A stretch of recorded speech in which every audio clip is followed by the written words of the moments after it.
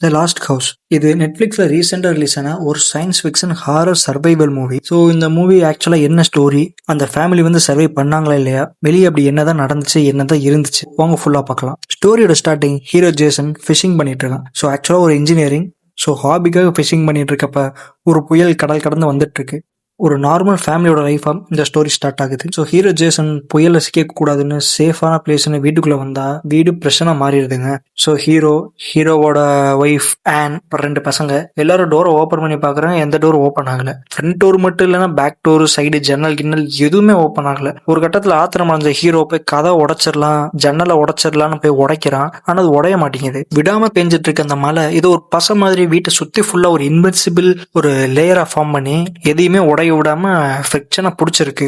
ஒரு கட்டத்துல situation understand பண்ணிக்கிட்டு ஓகே நம்மளால வெளியே போக முடியல, ஸோ சர்வே பண்ணி தான் ஆகணுன்ற ஒரு மைண்ட் செட்டுக்கு வந்துடுறாங்க. அவங்க மட்டும்தான் எப்படின்னு பார்த்தா அக்கம் பக்கத்துல இருக்க எல்லாருமே பார்த்தீங்க அப்படின்னா லாக் ஆகி தான் இருக்கு.